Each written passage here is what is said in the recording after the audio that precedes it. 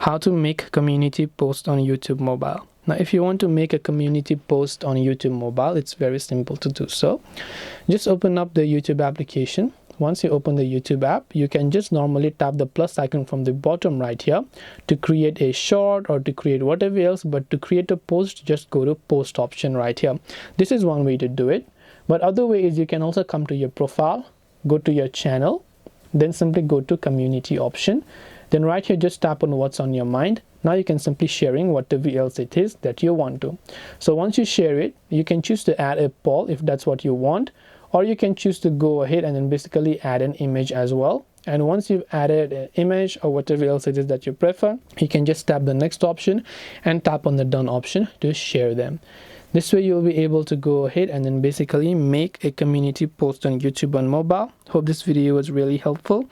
If you have any questions, feel free to leave them down in the comment section. Thank you for watching and see you in the next video.